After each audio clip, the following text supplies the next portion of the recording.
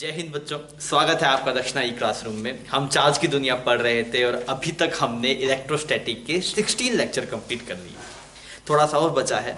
हम लास्ट वाले लेक्चर में कंडक्टर पे आ गए थे और कंडक्टर आपको थोड़ा समझ में आया, आपने थोड़ा डेमो देख लिया होगा। हाँ भाई सर, कंडक्टर अच्छा है, कंडक्टर आपके तोते उड़ा सकता है अगर आपने ढंग से नहीं पढ़ा होगा तो उसमें हमने कुछ मतलब मैंने उसमें कंडक्टर का धर्म बताया था आपको। एक मेन धर्म क्या बताया था, उसमें आपको ये बोला गया था कि जो कंडक्टरी मीट में जो EFI होता है वो हमेशा जीरो होता है और इसी के बेसिस पे कई प्रॉपर्टीज बनी थी, वो हमने डिस्कस करी थी। इसके अलावा हमने देखा था शील्डिंग इफेक्ट। शील्डिंग इफेक्ट में क्या है, अगर कंडक्टरी की कैविटी में चार्ज नहीं है तो कंडक्टरी कैविटी में EFI की वैल्यू हमेशा कितनी होगी, जीरो होगी। और उस पर बेसिक सवाल किया था। ठीक है, हम एक सवाल से शुरू करते हैं। वो सवाल आपको लास्ट वाले क्लास के लेक्चर, मतलब जो लास्ट क्लास में आपने पढ़ा, थोड़ा सा रिवाइज करवा देगा। सवाल में क्या है, हमारे पास यहाँ पे ऐसे कंडक्टिंग शेल है। क्या है आपके पास, this is conducting shell. Clear, ये ऐसे कंडक्टिंग शेल है आपके पास। अच्छा, अब क्या हुआ, इस कंडक्टिंग शेल पे यहाँ पे चार्जेस रखे हुए हैं आपके पास। यहाँ पे मान लो एक Q1 चार्ज रखा हुआ है, यहाँ पे Q चार्ज रखा हुआ है और यहाँ पे भी एक ऐसे Q चार्ज रखा हुआ है। क्लियर, इसकी दूरी भी यहाँ से आपके पास कुछ R है और इसकी दूरी भी आपके पास कुछ R है। और ये जो कंडक्टर है आपके पास में न्यूट्रल है। कंडक्टर कैसा है आपके पास, न्यूट्रल है। अगेन उसी तरीके का सवाल, इस वाले चार्ज का नाम कुछ 1 रख देते हैं, चार्ज का नाम, इस वाले चार्ज का नाम कुछ 2 रख देते हैं और ये न्यूट्रल है। आपसे पहला सवाल तो सीधा एक ही सवाल पूछता हूं मैं आपसे, find net EFI due to induced charge, due to induced charge on shall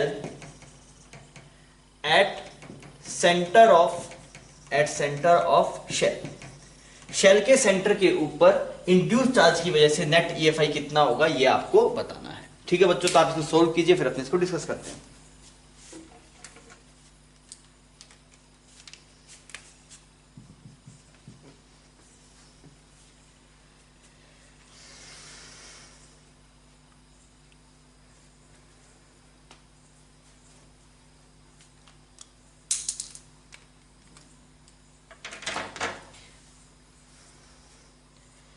I hope आपने कर दिया होगा। आइए देखिए, सबसे पहले आप ये समझिए सर, इस वाले Q चार्ज की वजह से यहां पे EFI कितना होगा, तो वो डिपेंड नहीं करेगा। एक चार्ज की वजह से एक पोजीशन पे जो EFI है वो फिक्स आएगा, कितना आएगा, बस KQ divide by small r कर देते हैं ना इसको, स्मॉल r इसकी रेडियस मान लेते हैं, KQ divide by small r का स्क्वायर। इस Q की वजह से भी ऐसा आएगा आपका KQ divide by small r का स्क्वायर। कंडक्टर पे अगर आप देखेंगे तो कैसा चार्ज इंड्यूस होगा आपके पास, कुछ ऐसा चार्ज इंड्यूस हो जाएगा। इस Q के पास में यहाँ पे पॉजिटिव है तो यहाँ पे नेगेटिव को बुलाएगा अपने पास, यहाँ पे पॉजिटिव है तो यहाँ पे भी किसको बुलाएगा, ये नेगेटिव को बुलाएगा। इतनी बात समझ में आ रही है। तो जैसे अगर आप इस कंडक्टिंग शेल को बोलेंगे तेरा धर्म क्या है, तो कंडक्टिंग शेल बोलेगा मेरी कैविटी के अंदर चार्ज नहीं है, तो उस कैविटी के अंदर हर एक पॉइंट पे EFI जीरो होना चाहिए। हर एक पॉइंट पे, हम सेंटर की बात करें, हर एक पॉइंट पे EFI जीरो होना चाहिए। अब मैंने बोला कि यार होना तो चाहिए, पर इस Q की वजह से ऐसा आ गया, इस Q की वजह से ऐसा आ गया, मतलब नेट EFI इधर इधर आ रहा है। E net due to charge, E net किसकी वजह से, ड्यू टू चार्ज, इधर आ गया। और कितना है आपके पास, this is √2 KQ square by R, √2 KQ square by R, ऐसा आ गया आपके पास।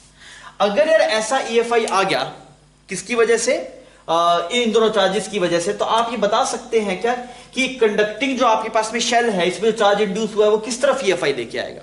तो आप क्या बोलेंगे, है होना ऐसा चाहिए आपके पास कि इसके कंडक्टिंग शेल के अंदर हर एक पॉइंट पे नेट EFI जीरो होना चाहिए, पर इन दोनों चार्जेस की वजह से ऐसा आ गया, तो शेल बोलेगा अब हमें तैयार होना है, अपने धर्म को फॉलो करना है। धर्म ये बोलता है अंदर EFI जीरो होना चाहिए, तो भाई साहब शेल की वजह से इसके जस्ट अपोजिट आएगा और इक्वल आ जाएगा। This is E due to shell. मेरी बात समझ में आ रही है। और ये कितना आएगा आपके पास, जितना इन एक्सटर्नल की वजह से आया, that is √2 KQ divide bye R square. समझ में आ रही है बच्चों ये बात। तो हमें एक चीज, मैंने जो आपको कंडक्टर में इंपॉर्टेंट, आपको धर्म पता होना चाहिए, कौन कौन से धर्म है। धर्म पहला तो एक हमने देखा है, मीट में EFI जीरो होता है, उसका यूज नहीं हो रहा। दूसरा धर्म का यूज हो रहा है, वो क्या था कि भाई साहब अगर आप शेल के अंदर अगर आप जाएंगे, कोई भी कैविटी वाला कोई भी पॉइंट होगा, वहां पे अगर अंदर चार्ज नहीं है तो EFI जीरो होगा। शेल को चाहे कुछ भी करना पड़े, पर वो जो आपके पास में जो पॉइंट है कि उसके अंदर EFI जीरो करना है, इस चीज को उसे फॉलो करना ही करना है। मेरी बात समझ में आ गई। तो आप बोलेंगे शेल की वजह से EFI कुछ ऐसा होगा, कितने एंगल पे होगा, 45 डिग्री पे, बिकॉज ये दोनों फोर्सेस बराबर है आपके पास। और कितना होगा, √2 KQ divide by small r का स्क्वायर। यही बात मान लीजिए अगर आप इस वाले पॉइंट पे देखते सर यहां पे शेल की वजह से कितना होगा, तो पहले आप बाहर वालों की वजह से निकाल लीजिए, उसको जस्ट अपोज करेगा कौन, शेल का। मेरी बात समझ में आ गई? ठीक है बच्चों, आप इसको छापिए, फिर अपने अगले प्रॉब्लम पे चलते हैं जो थोड़ी बेटर है। तो अभी जो हमने एक सवाल देखा, देखिए मैं आपको एक चीज सिखा रहा हूं ना, एक चीज आप जान लीजिए, वो आपके आगे की प्रॉब्लम्स में हेल्प करेगा।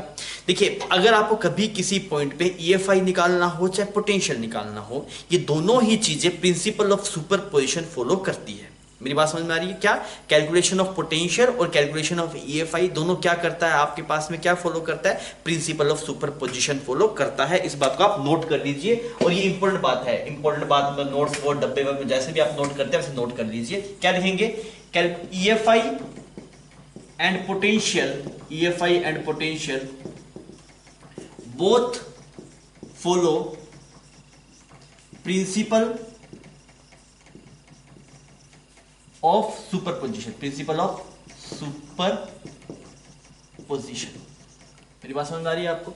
ये दोनों प्रिंसिपल ऑफ सुपरपोजिशन फॉलो करते हैं आपके पास। इसका मतलब क्या है? प्रिंसिपल ऑफ सुपरपोजिशन मतलब क्या है? जैसे मान लीजिए अगर आपको यहां पे दो चार्जेस हैं आपके पास में, Q1 चार्ज है, यहां पे ऐसे Q2 चार्ज है।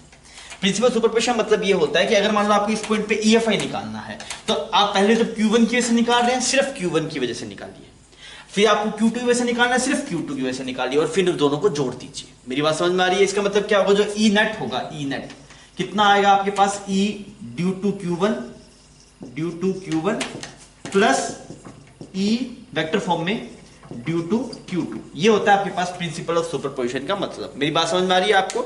जैसे मान लीजिए मैं चार्ज, जो दो चार्जेस यहां पे पड़े हैं, अगर आपको मेरे ऊपर लगने वाला फोर्स निकालना है तो पहले आप एक की वजह से निकाल लीजिए, फिर दूसरे की वजह से निकालिए, दोनों को जोड़ दीजिए। सिंपल सिंपल बात है, इसको बोलते हैं principal of superposition. Similarly potential में भी ये बात फॉलो होती है। अगर मैं आपको बोलूं इस वाले पॉइंट पे पोटेंशियल निकालना है, तो आप पहले इसकी वजह से निकालते हैं, V एट O कितना आता है, KQ1, इसको R1 बोल दीजिए, इसको कितना बोल दिया, R2, तो इसकी वजह से कितना है, KQ1 divide by R1 plus KQ2 divide by R2। आपको मेरी बात समझ में आ रही है? तो ये इजी टास्क है आपके पास में, अगर आप प्रिंसिपल ऑफ सुपरपोजिशन का सही ढंग से यूज करेंगे तो आपको बहुत सारी जगह पे आसानी होगी। क्लियर? तो अब आपको कई सवालों में इसको यूज करना पड़ेगा, ये बात इंपॉर्टेंट है, आप इसे याद रखिएगा। आइए मैं इसी पे बेस है ना आपको कुछ सवाल देता हूं, एक पोटेंशियल एक सवाल देता हूं, वो मुझे कंसेप्ट उसका बढ़िया लगता है, देखिए आपसे होता है कि नहीं होता। सवाल ऐसा ही है ना हमारे पास, सवाल ऐसे बोला गया कि यहां पे ऐसे एक कंडक्टिंग शेल है, दिस इज न्यूट्रल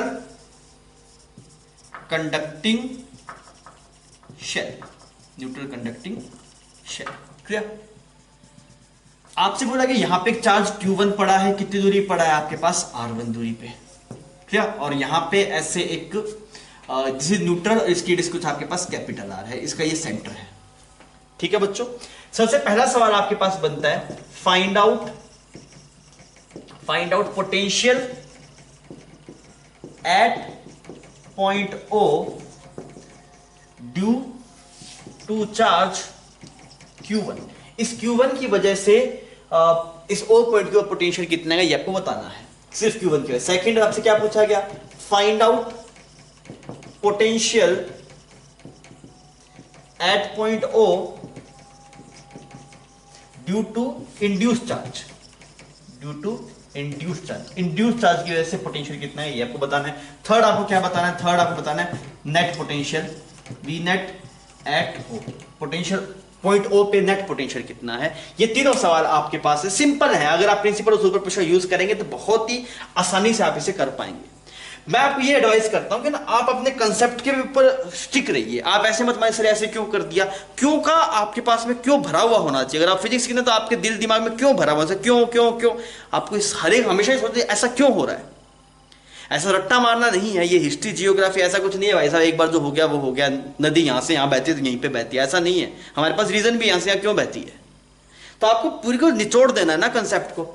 ठीक है, तो आप इस सवाल को अटेम्प्ट कीजिए, फिर अपने इसको डिस्कस करेंगे। अभी मेरे को ये बढ़िया सवाल लगता है, आप सब स्टार मार्क कर दे सकते हैं।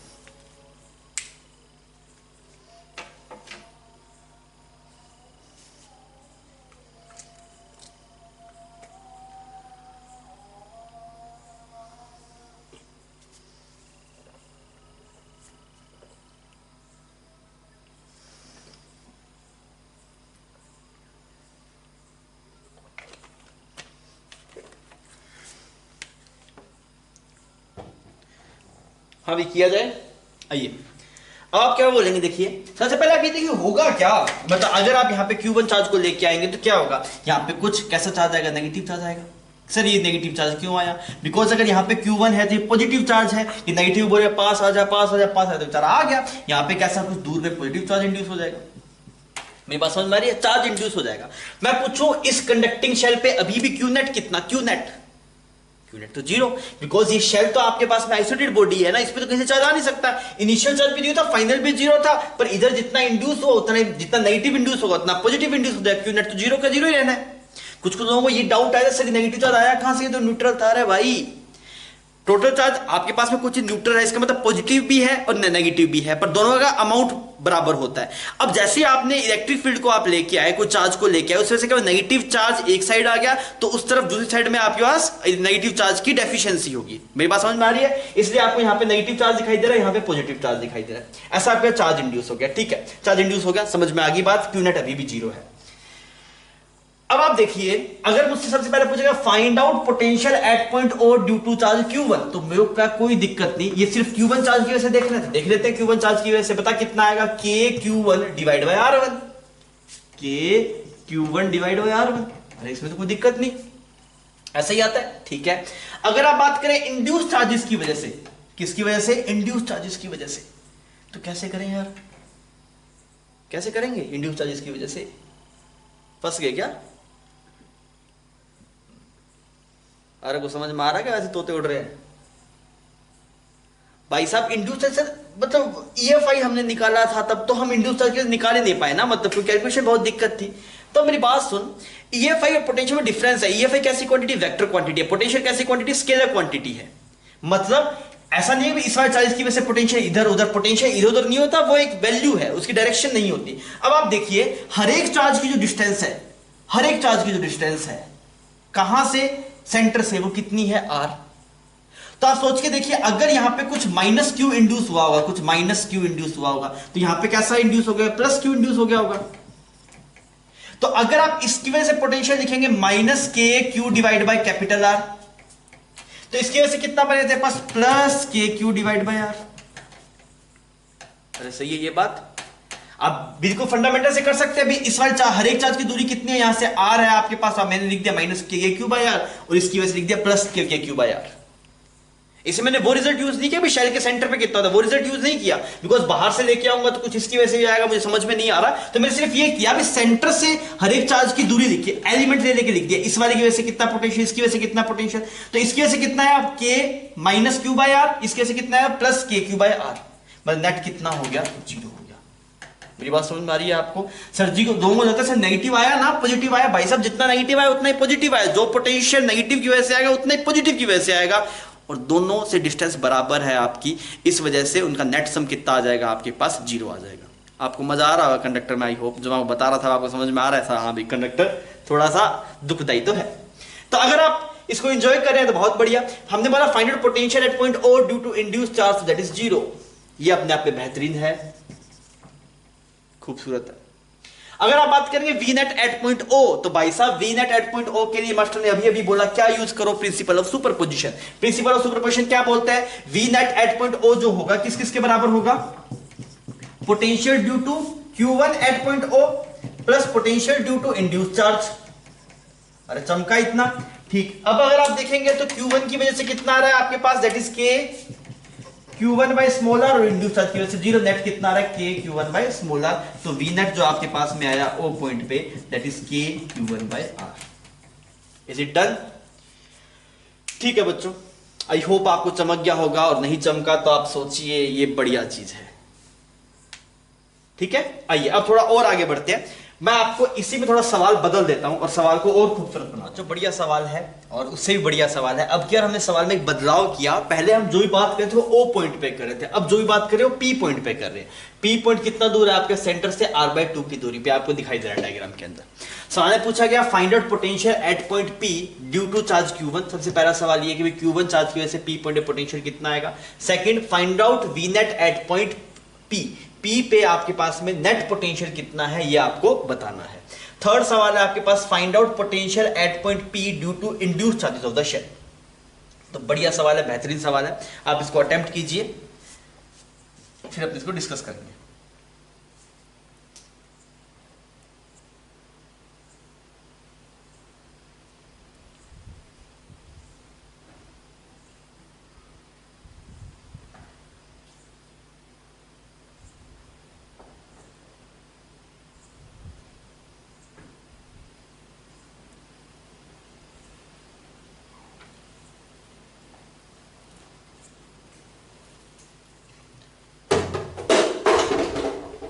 हुआ भाई?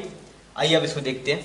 हमें बोला गया पी पॉइंट पे पोटेंशियल निकालना है। सबसे पहले किसकी वजह से निकालना है? Q1 की वजह से। तो Q1 की वजह से कितना है पी पॉइंट पे पोटेंशियल? V एट P कितना है? K Q1 डिवाइड बाय कितनी डिस्टेंस है आपके पास में? ये डिस्टेंस देखिए P और इसके बीच में, that is R1 minus R by 2। R1 minus R by 2, इसमें तो कोई दिक्कत नहीं, ये तो हुआ होगा इजीली। फिर अगर आप बात करें find out V net at point P, at point P point पे नेट पोटेंशियल निकालना है। अब ये निकालने में थोड़ा दिक्कत आती है लोगों को। लोग क्या करने जाते हैं, मैं अप्रोच बताता हूं लोगों की अप्रोच ये रहती है, सर देखिए कि P पॉइंट पे इस Q1 की वजह से तो पता है, P पॉइंट पे Q1 की वजह से तो पता है, क्यों ना इंड्यूस चार्ज की वजह से निकाला जाए। तो इंड्यूस चार्ज यहां पे कैसा आएगा? नेगेटिव चार्ज आएगा, कुछ यहां पे कैसा आएगा? पॉजिटिव। अब की बार क्या, हर एक चार्ज की दूरी बराबर नहीं है, बिकॉज ये वाला चार्ज पास है, ये वाला चार्ज थोड़ा दूर है।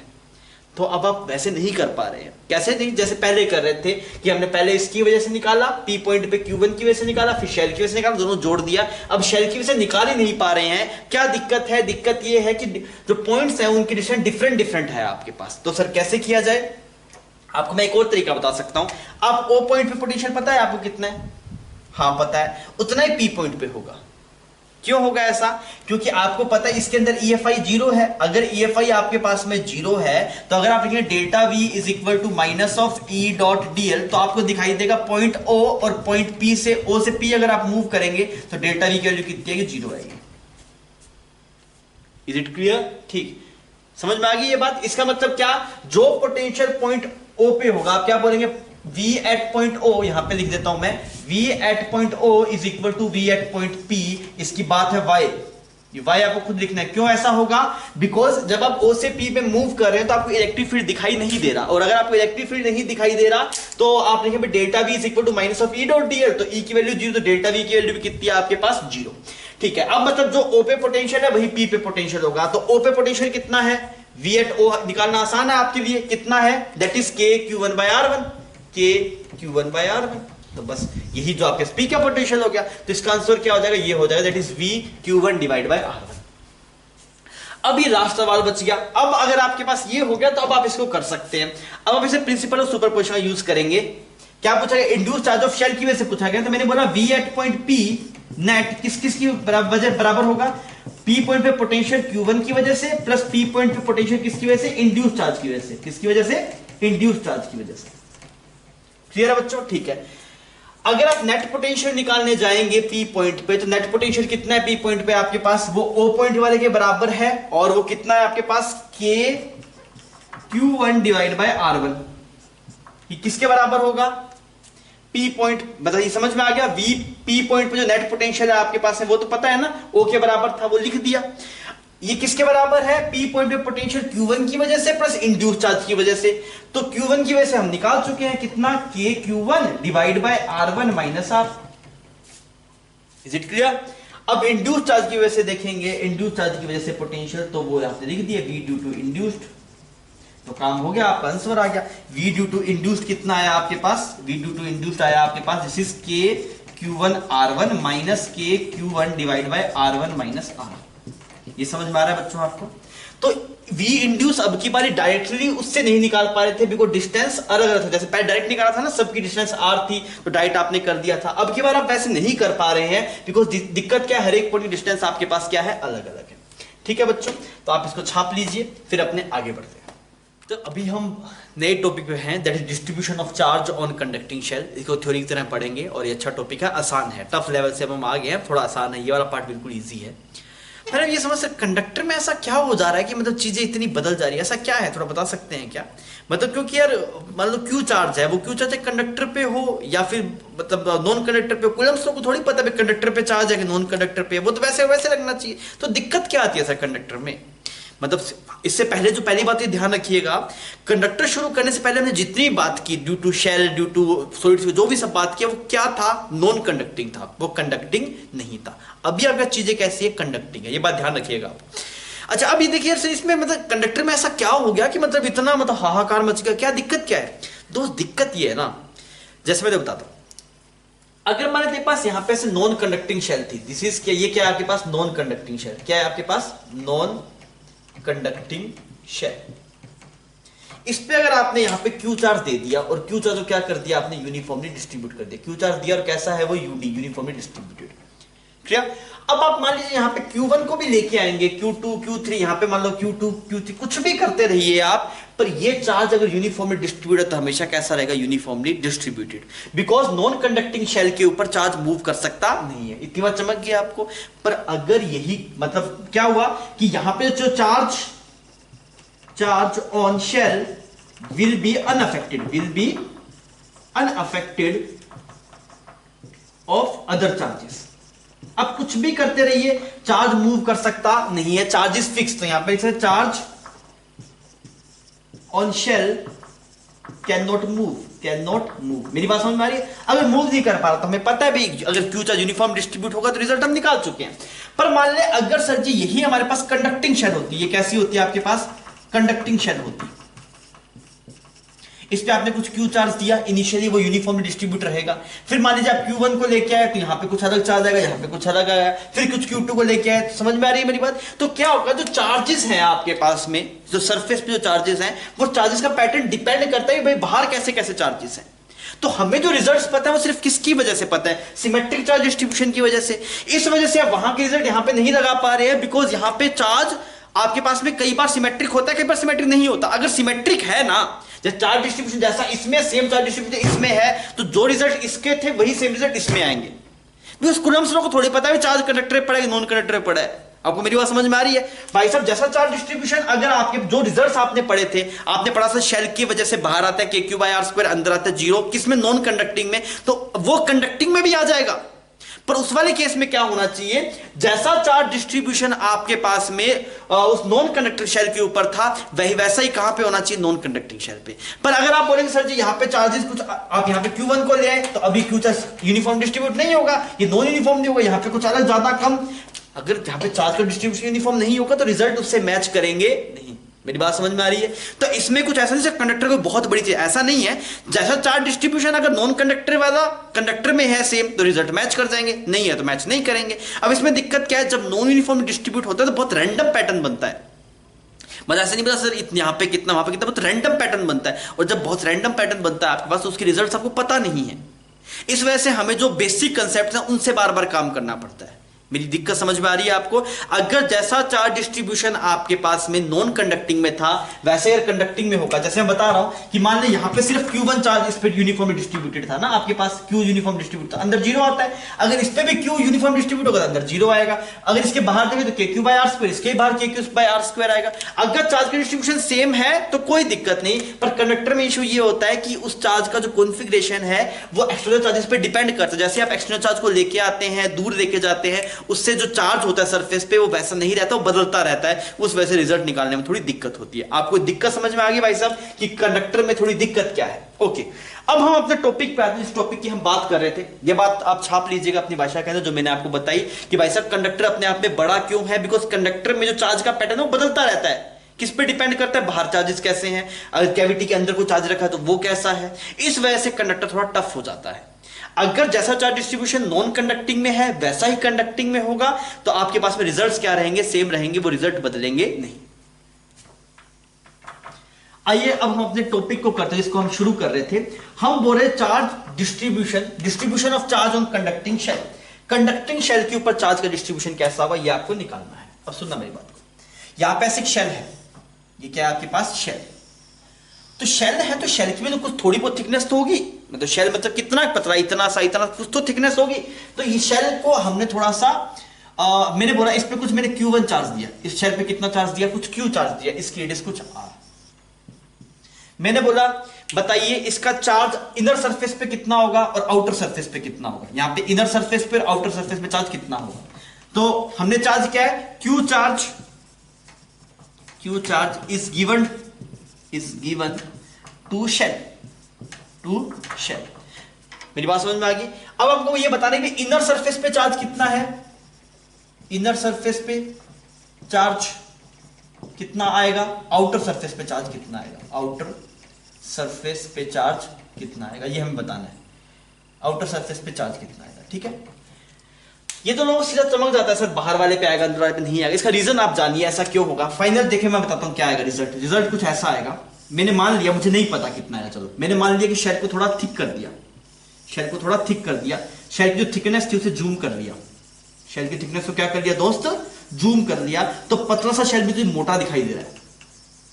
मेरी बात समझ में आ रही है? शेल की थिकनेस को क्या कर लिया, मोटा कर, मतलब जूम कर लिया हमने। क्लियर? तो शेल के दो सरफेस दिखाई दे रहे हैं। इस सरफेस का नाम होता है इनर सरफेस, इसका नाम क्या होता है, इनर सरफेस। इसका नाम क्या होता है, इसका नाम होता है आउटर सरफेस। क्या नाम होता है इसका, आउटर सरफेस। ठीक है, अगर आप इसके सेंटर पे कोई चार्ज दें, इसके सॉरी, अब आपने क्या किया है, आपने सिर्फ इसमें यहां पे कुछ Q चार्ज दिया था, तो मैंने बोला अंदर वाले मान लो Q1, बाहर वाले मान लो Q2। मुझे नहीं पता कितना कितना आएगा, मैंने मान लिया कि शेल के अंदर वाले सरफेस पे कितना चार्ज है Q1 और बाहर वाले पे कितना है Q2, पर मुझे ये पता है Q1 प्लस Q2 की वैल्यू कैपिटल Q के बराबर होगी। इसका reason sir due to charge conservation. ये एक आइसोलेटेड बॉडी है, जितना अंदर होगा उतना ही क्या होगा आपके पास बाहर होगा। क्लियर? किसकी वजह से, ड्यू टू चार्ज कंजर्वेशन। मेरी बात समझ में आ रही है आपको? ठीक, अब आप देखिए, अगर आपने यहां पे सेंटर पे ऐसे कुछ, अब हम ठीक है, मैं हो गई बात। अब सुनिए, अब अगर मैं इसके मीट में गॉसियन सरफेस मानू, क्या क्या किया मैंने, गॉसियन सरफेस माना, हमने क्या माना यहां पे, गॉसियन सरफेस माना। ठीक है, this is Gaussian surface inside meet, inside meet of conductor, meet of conducting shell. इस कंडक्टिंग शेल की जो मीट थी उसके अंदर हमने गॉसियन सरफेस माना है। समझ में आ रहा है? मतलब शेल कितनी पतली क्यों ना, पर कुछ थिकनेस तो होगी, उस थिकनेस के अंदर अंदर माना, जहां पे मटेरियल है।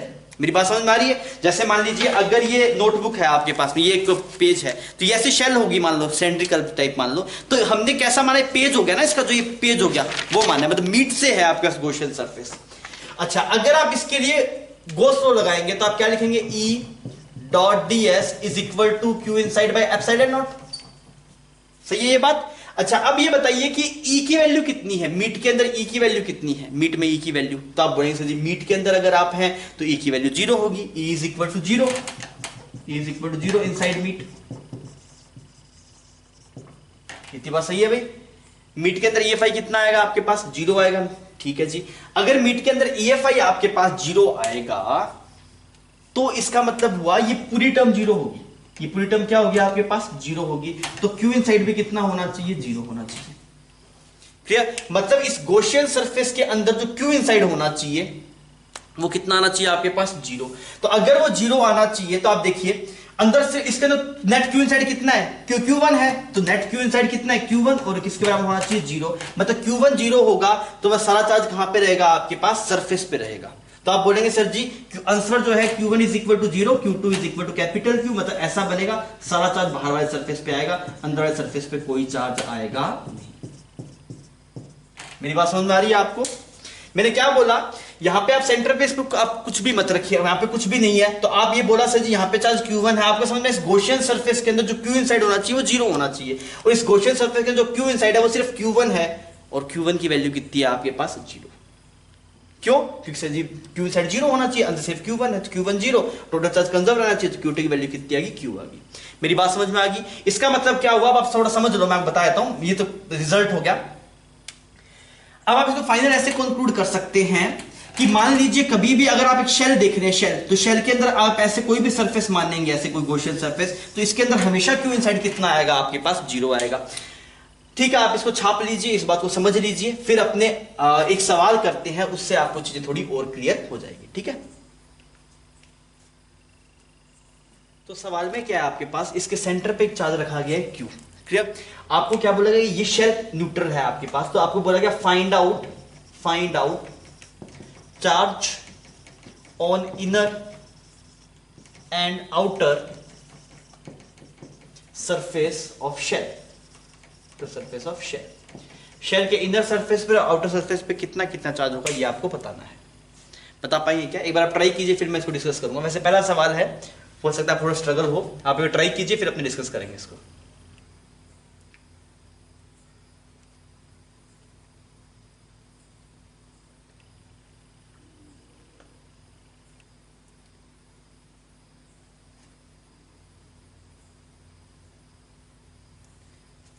ठीक है, तो आप क्या बोले सर, मान लेते हैं यहाँ पे कुछ Q1 चार्ज होगा, यहाँ पे कैसा होगा आपके पास Q1 चार्ज, यहाँ पे कैसा होगा Q2 चार्ज। इसको थोड़ा थिक बना लेते हैं, ऐसा बना दिया आपने, ऐसे बना दिया, दो सरफेस दिखा दिया आपने। इसका नाम क्या, इनर सरफेस,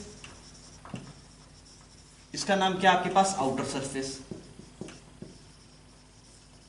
क्लियर? तो अगर आप देखेंगे यहां पे, अगर आप ऐसे गॉसियन सरफेस पकड़े, यहां पे अगर आप ऐसे गॉसियन सरफेस पकड़ेंगे तो इसके अंदर Q इनसाइड कितना होना चाहिए, 0 होना चाहिए। अगर Q इनसाइड 0 होना चाहिए, इस गॉसियन सरफेस में होना चाहिए ना, तो आप क्या बोलते हैं, अब की बार Q1 प्लस Q की वैल्यू कितनी होनी चाहिए, 0 होनी चाहिए। यहां से आपको समझ में आ गया? नहीं, आप डायरेक्ट सोच सकते हैं सर इसके अंदर अंदर वाले पार्ट में Q इनसाइड 0 होना चाहिए, यहां पे Q, तो यहां पे कितना बन जाएगा, -Q, तभी तो 0 होगा। और अगर ये -Q, और आपको पता है पूरी शेल पे जो टोटल चार्ज होना चाहिए वो 0 होना चाहिए, Q1 प्लस Q2 कितना होना चाहिए, 0, बिकॉज चार्ज कंजर्वेशन इनिशियली 0 था तो फाइनल में 0 होना चाहिए। तो आप बोले यहाँ पे Q, तो यहाँ पे -Q, तो यहाँ पे कितना आ जाएगा, Q आ जाएगा। समझ में आ रहा है? तो ऐसा कोई डिस्ट्रीब्यूशन आ गया, देख यहाँ पे Q, तो यहाँ पे कितना, -Q, इस पे नेट 0 होना चाहिए, तो यहाँ पे कितना बन जाएगा, +Q। कंसेप्ट वही है सर जी, यहाँ पे गॉसियन सरफेस है, इस गॉसियन सरफेस के अंदर अंदर जो चार्ज होना चाहिए वो आपके पास कितना होना चाहिए, नेट 0 होना चाहिए। यहाँ पे Q, तो यहाँ पे कितना, -Q, तो यहाँ पे कितना हो जाएगा आपके पास, +Q। डन? ठीक है, तो अब की बार सवाल क्या है आपके पास, अगेन ऐसे यहाँ पे सेंटर पे कुछ Q चार्ज है, पर अब की बार इस शेल के पास में 2Q चार्ज है। अब आपको वापस में बताना है फाइंड आउट चार्ज और इनर एंड आउटर सरफेस। अब तो एक खेल बन गया, आप खटाखट इसको कर सकते हैं। हुआ भाई? ठीक, तो आप क्या बोलेंगे सर जी, इस शेल के अंदर अंदर जो नेट चार्ज आना चाहिए वो 0 आना चाहिए। शेल के अंदर अंदर नेट चार्ज कितना आना चाहिए, 0। कारण समझ में आ गया ना आपको? ढंग से कारण समझाया गया, क्या कारण था, गॉस लॉ कारण है इसका। तो यहाँ पे Q, तो अंदर कितना आएगा, -Q, और अंदर अगर -Q तो नेट चार्ज इस पे कितना चाहिए, 2Q रहना चाहिए। तो दोस्त यहाँ पे कितना आ जाएगा तेरे पास, 3Q आ जाएगा। वापिस देख ले, मैं बोल रहा हूं कि इसके इनर वाले पार्ट के अंदर अगर आप देखें नेट चार्ज 0 होना चाहिए, अंदर अंदर का नेट। तो यहाँ पे Q, तो यहाँ पे कितना, -Q, यहाँ पे -Q, तो यहाँ पे कितना होगा, नेट चार्ज 2Q होना चाहिए, तो यहाँ पे -Q, तो यहाँ पे कितना, 3Q, तब जाके ना 2Q बनेगा आपके पास। तो ये आ गया आपके पास, ये इसका आंसर हो गया। अब इस सवाल को थोड़ा और चेंज कर देते हैं, आइए थोड़ा और चेंज करते हैं सवाल को।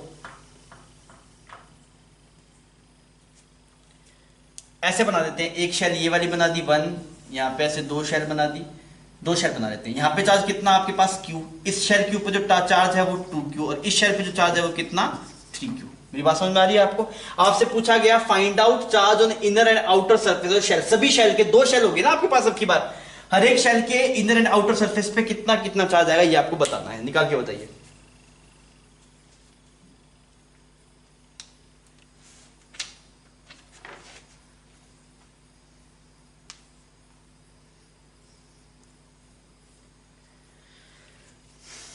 अभी हुआ?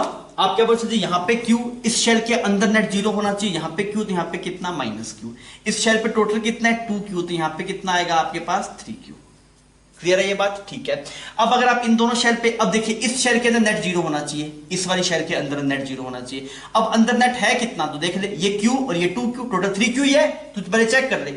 यहाँ पे टोटल इसको 2Q दिया था, यहाँ पे ऐसे डिस्ट्रीब्यूट हो गया, इसका नेट कितना, 2Q, ये वाला Q टोटल कितना, 3Q, तो यहाँ पे कितना, -3Q। आया क्या ये सही? ठीक। अगर ये -3Q, तो यहाँ पे कितना आना चाहिए आपके पास, 6Q, तभी ना यहाँ पे Q नेट आपके पास में 3Q बनेगा। तो ये आंसर आ गया। इजी था, आपने कर लिया।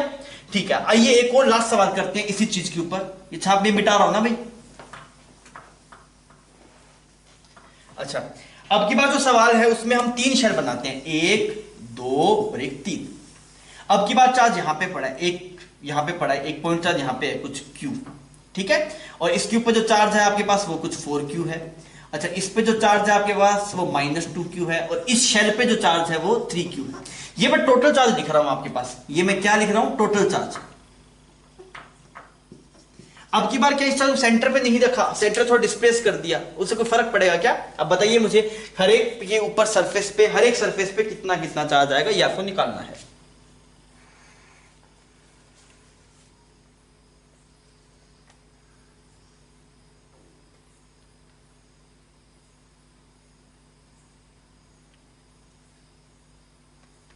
डन बच्चों, किया जाए इसका, ठीक है।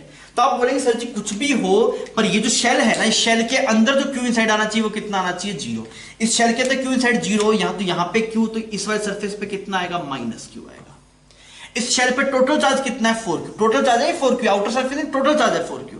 अच्छा अगर यहां पे -q है, यहां पे 4q है, तो यहां पे कितना बचेगा तेरे पास, 5q। सही है ये बात, ठीक है। अब तो यहां पे आ जाए तो बोल सर इस शेल के अंदर भी नेट 0 होना चाहिए, तो इस शेल के अंदर नेट है कितना, q + 4q 5q है, तो यहां पे कितना आएगा, -5q इस सरफेस पे। पर इस पे नेट कितना है, -2q, तो आउटर सरफेस पे कितना रखूं ताकि -2q बचे, तो क्या जवाब आना चाहिए तेरे पास, 3q आना चाहिए। अब तो बोले सर जी इस वाले शेल के अंदर भी क्यू नेट कितना आना चाहिए, 0। अगर क्यू नेट 0 आना चाहिए तो यहां पे क्यू है, यहां पे कितना था, 4q, यहां पे -2q, तो ये 5q -2q -3q हुआ, सॉरी 4q q, ये कितना 5q -2q करेगा 3q हुआ। अगर ये 3q हुआ तो मतलब इसके अंदर, शेल के अंदर नेट चार्ज 3q है, 0 करने के लिए यहां पे कितना करना पड़ेगा, -3q। क्लियर? अगर यहां -3q करना पड़ेगा तो यहां पे कितना करना पड़ेगा आपको, 6q। सवाल खत्म। आप देख लीजिए इसको एक बार, आप खुद से ट्राई कर लीजिए। हुआ बच्चों ये? तो आइए मैं एक और सवाल देता हूं प्रैक्टिस के लिए, यहां पे बनाता हूं एक सवाल, 3 शेल का ही आपके पास। इस पे चार्ज कुछ q मान लिया, ये इस वाली शेल पे टोटल चार्ज -4q है, यहां पे टोटल चार्ज कुछ 2q है, और यहां पे टोटल चार्ज 6q है। क्लियर? आपसे पूछा गया बताइए हर एक सरफेस पे आने वाला चार्ज कितना कितना होगा, ये आपको निकालना है।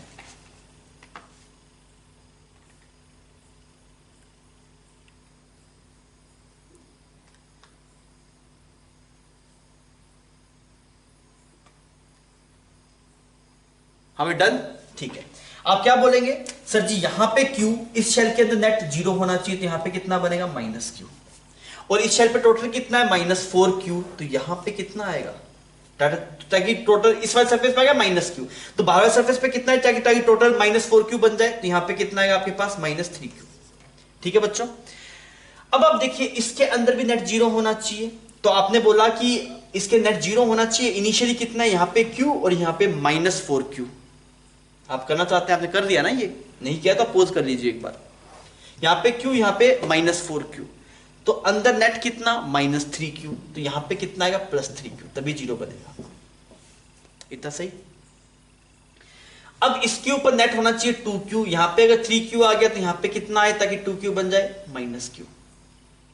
ये सरफेस पे लिखा हो ना, ये इनर का है, ये आउटर का है। अच्छा इस पे अगर आप देखेंगे तो इसके अंदर नेट कितना आया, q, 2q 3q, -4q तो -q, तो यहां पे कितना है तेरे पास, +q आएगा, और यहां पे कितना आएगा, +5q आएगा। तो ये जवाब है। आप इन जवाबों को देख लीजिए एक बार ढंग से। क्लियर है बच्चों? आपने छाप लिया इसको, ठीक है। अब अपने नेक्स्ट स्लाइड पे चलेंगे। ठीक है, ये बच्चों थोड़ा और बेहतर समझते हैं चीजों को। एक चीज समझाता हूं मैं आपको, देखिए मान लीजिए आपके पास में एक सॉलिड कंडक्टिंग स्फीयर है। ये क्या है आपके पास, सॉलिड कंडक्टिंग स्फीयर।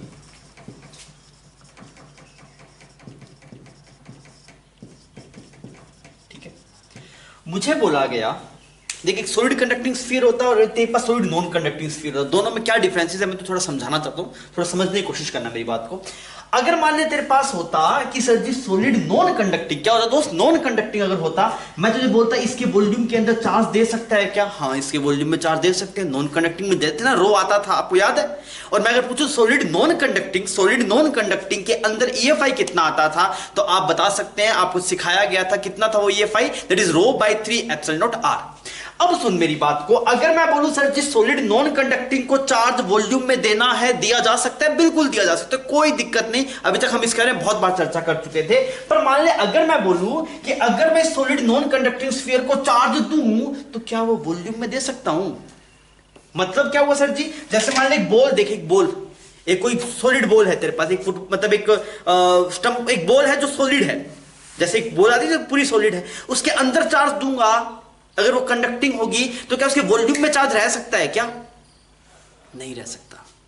अगर मान लीजिए आप इंजेक्शन लगा के आपने एक चार्ज का इंजेक्शन भरा, ऐसा संभव नहीं है, मैं बता रहा हूं समझने के लिए, आपने चार्ज का इंजेक्शन भरा, इसके अंदर गोफर डाल दिया, तो चार्ज कहां गया, इसके वॉल्यूम में गया, पर जैसे ही वॉल्यूम में जाएगा वैसे ही फटाफट बाहर आ जाएगा।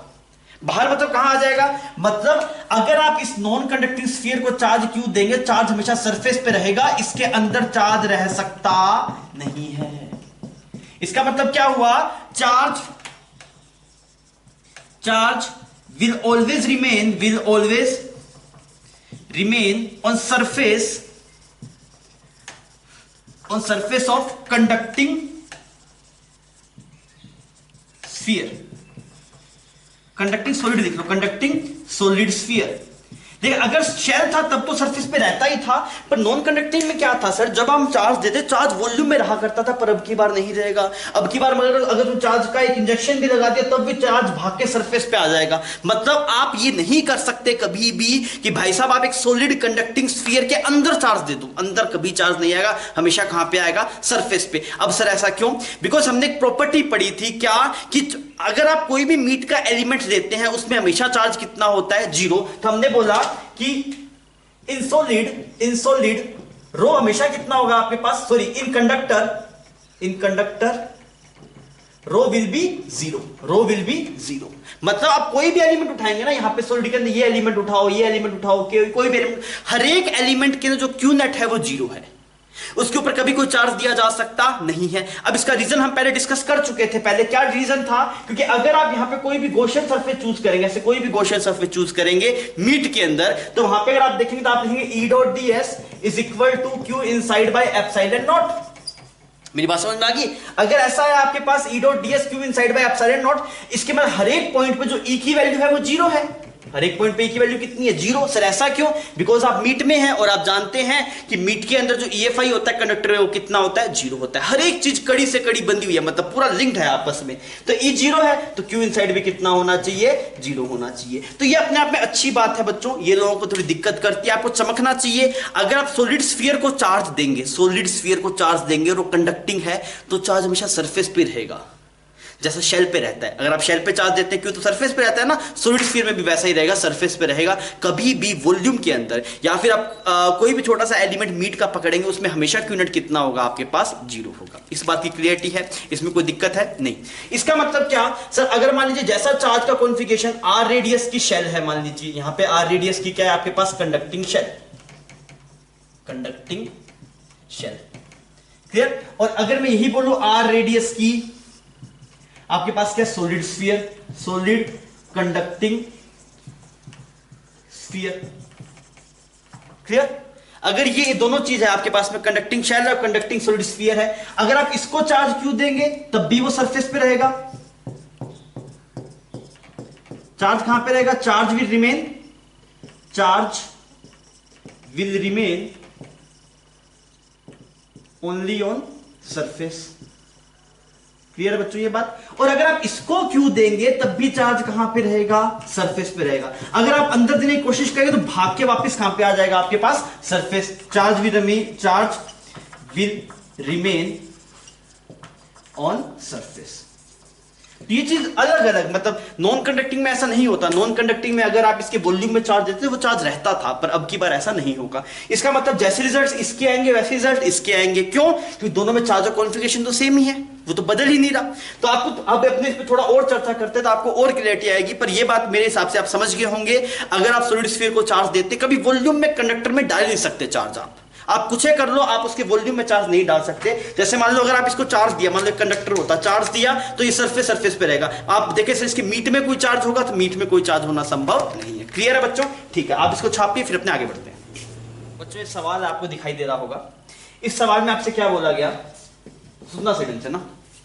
ये अंदर एक सॉलिड स्फीयर है आपके पास, इसके अंदर क्या, ये सॉलिड स्फीयर है, this is solid sphere, clear. ये सॉलिड स्फीयर है, इसके ऊपर कितना चार्ज दिया आपने, Q।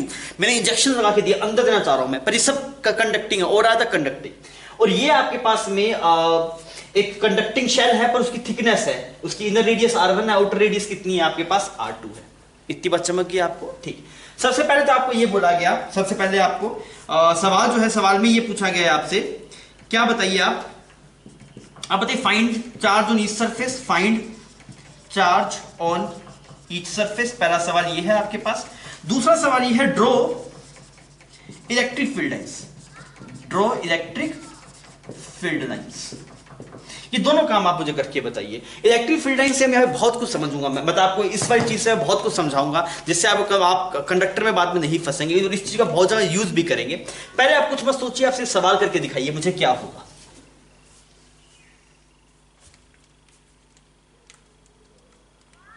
ऑल आर कंडक्टिंग ना, अभी कंडक्टर शुरू करें, सब कंडक्टिंग है, ऑल शेल्स आर कंडक्टिंग। ठीक है बच्चों, आप इसको करिए।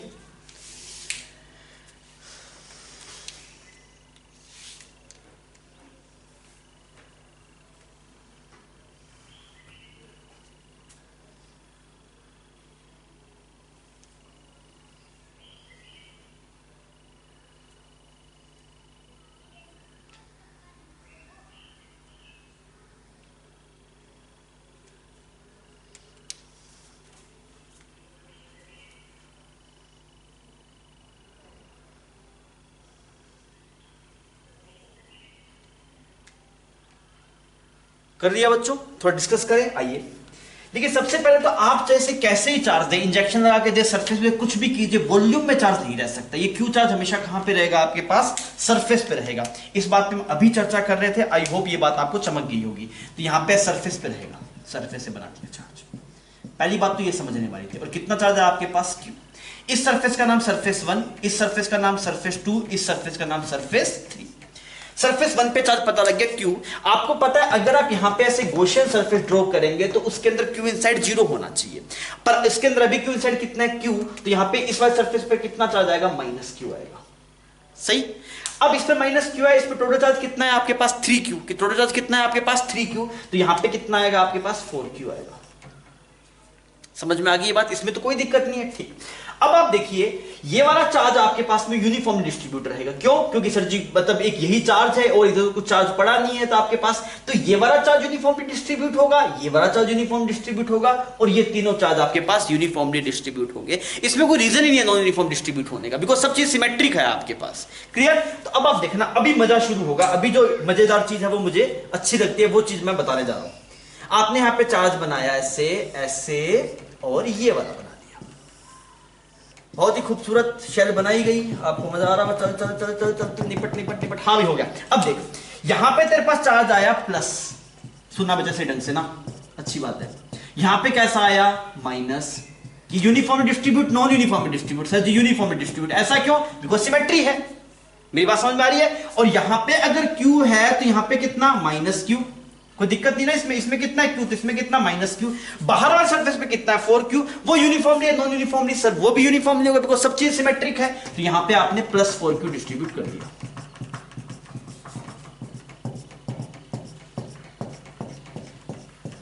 बना दिया अभी 4q हमने, अब 4q बन गया। अब सुन फील्ड लाइंस कैसी बनेगी, अब देखना मेरी बात को भैया, बढ़िया कंसेप्ट है, सही ढंग से समझना। तू बोले सर पॉजिटिव चार्ज से फील्ड लाइन, इसके अंदर फील्ड लाइन होगी क्या, इसके अंदर, यहां पे इसके अंदर फील्ड लाइन बना दूं क्या? नहीं बनानी। क्यों नहीं बनानी? बिकॉज ये सॉलिड है, सॉलिड के मीट में EFI कितना होता है, 0 होता है। तो इसके अंदर कोई फील्ड लाइन नहीं आएगी। ये बात समझ में आनी चाहिए। अरे दाड़ से समझ में आ रही है बात? सर जी इसके अंदर कोई फील्ड लाइन नहीं होगी बिकॉज ये क्या है, सॉलिड स्फीयर है। सॉलिड स्फीयर के अंदर जो आपके पास में चार्ज होता है वो 0 होता है। चार्ज भी 0 होता है, इसके अंदर EFI भी 0 होता है। क्लियर ये बात? ठीक। तो फील्ड लाइन कहां से शुरू होगी, यहां से शुरू होगी। ये पॉजिटिव से निकली, जितना ये प्लस क्यू चार्ज है उतना ये माइनस क्यू चार्ज है। मतलब इससे जितनी फील्ड लाइन निकलेगी उतनी इस पर टर्मिनेट होगी। मतलब यहां से जितनी फील्ड लाइन निकली वो सारी की सारी यहां पे टर्मिनेट करवा दी।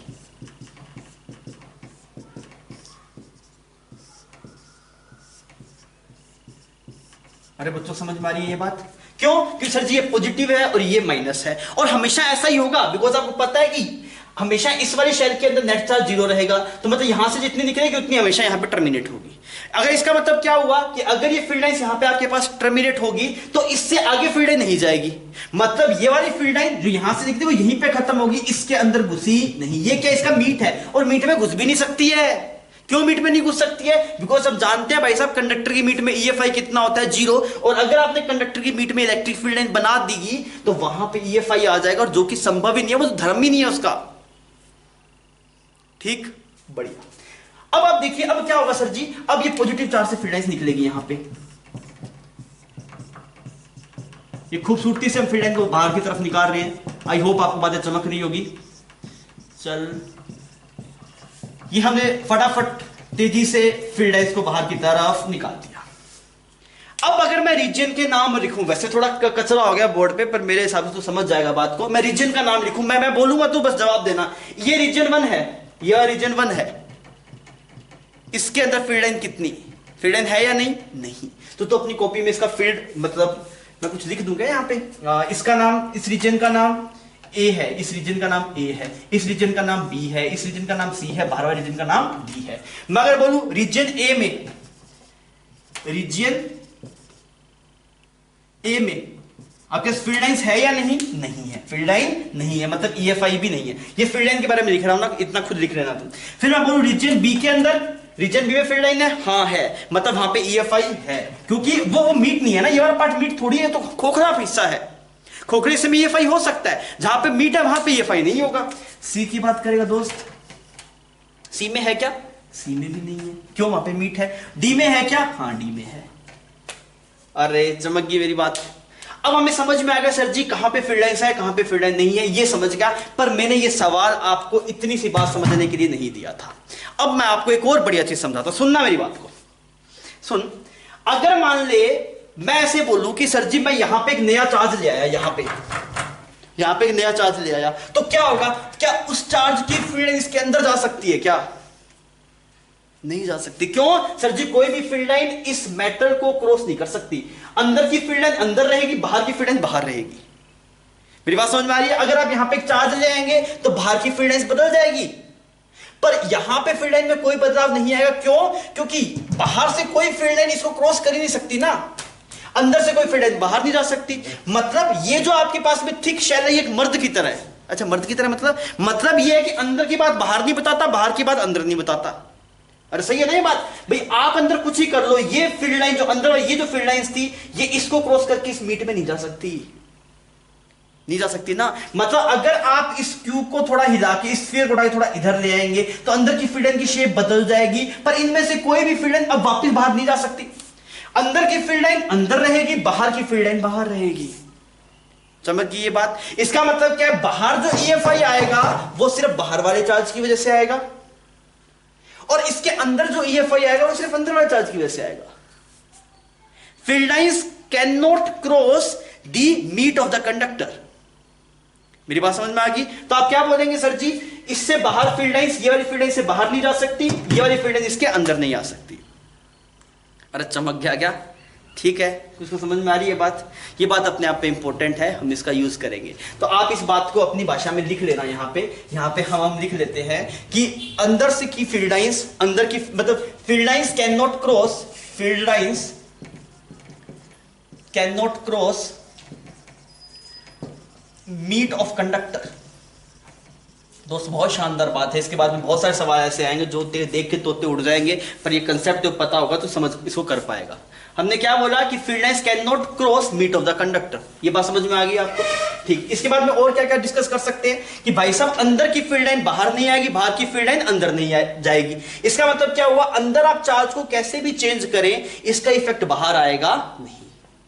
क्लियर। मतलब हमने क्या लिखा, अंदर की फील्ड लाइन, अंदर की फील्ड लाइंस बाहर नहीं आ रही, एंड वाइसा वर्सा। मेरी बात समझ में आ गई।